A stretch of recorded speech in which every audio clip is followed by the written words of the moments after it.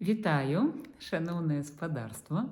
Я вырашыла зрабіць некалькі відэо пра тое, хто такі Шекспір, чаму менавіта Шекспір і што ж гэта за санеты такія ў Шекспіра, чаму я столькі часу ім аддаю.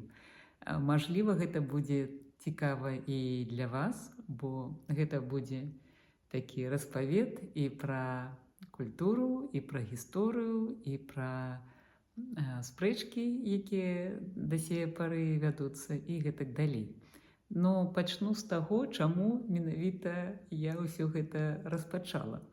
Некалькі гадоў таму я вырашыла, што ў мяне нейкая вельмі дрэнная памяць. Я нічога не магу ў яе засунуць. Я вырашыла вучыць вершы. Спачатку гэта былі расейскія, на расейскай і беларускай мовах. Я іх у галаву, яны адтуль. Як толькі я іх вучу, яны неяк я магу пра іх успомніць, але як толькі я на іх там 2-3 дня не паўтарала, то яны выходзяць з галавы вон.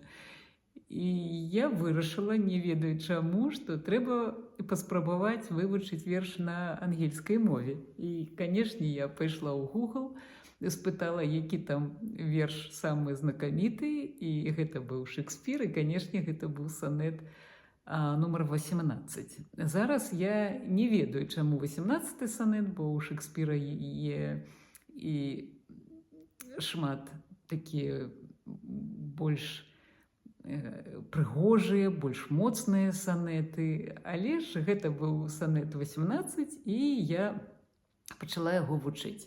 У санеце 14 радкоў, таму я вырашыла, што 14 дней мне хопіць, каб яго вывучыць.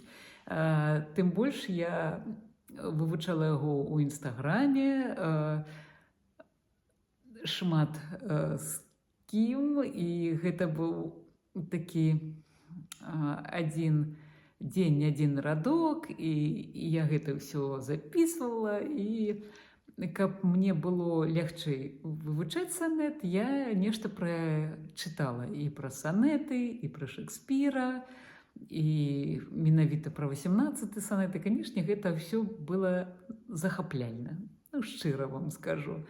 І пасля таго, як я вывучыла гэты санет, я пачала вучыць іншыя санеты, і нават мая мара гэта 154 санеты вывучыць на памяць. Не ведаю, ці гэта магчыма, бо моя галава ўсё ж такі не вельмі хоча ўпіхваць нейкія вершы ў галаву, і гэта такая насамрэч цяжкая праца ведаць усе санеты, бо першыя 10 санетаў я вучыла неяк лёгка, адзін санет на 1 месяц, гэта было так, не надта складана. Але ж потым кожны новы санет, яму трэба было неяк больш прасторы ў маей галаве, а яе там не шмат, таму мне зараз я не толькі вучу санет, але і шмат іх паўтараю. Калі я іду на працу, то я іду, і гэтыя санеты на паперках у мяне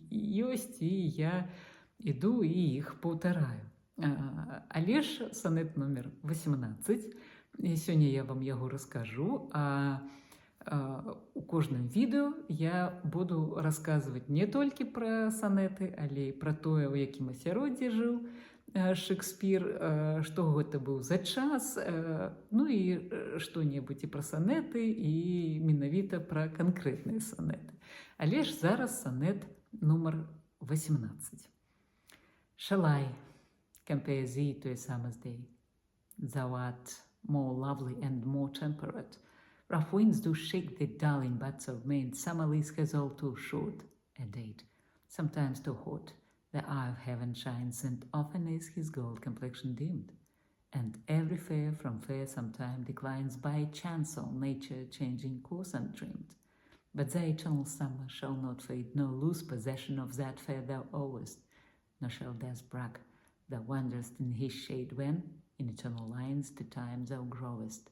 So long as man can breathe, or eyes can see, so long lives this and this gives life to thee.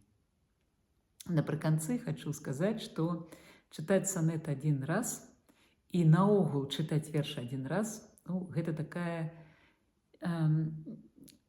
ну, не магу сказаць, што гэта вялікая памылка, але мы самі сабе знішчаем тую прыгажосць, якая ёсць у любым вершы.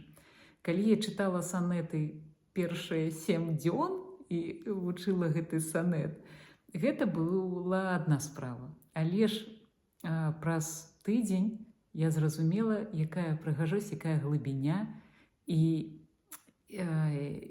як гэта ўсё па-іншаму успрымаецца.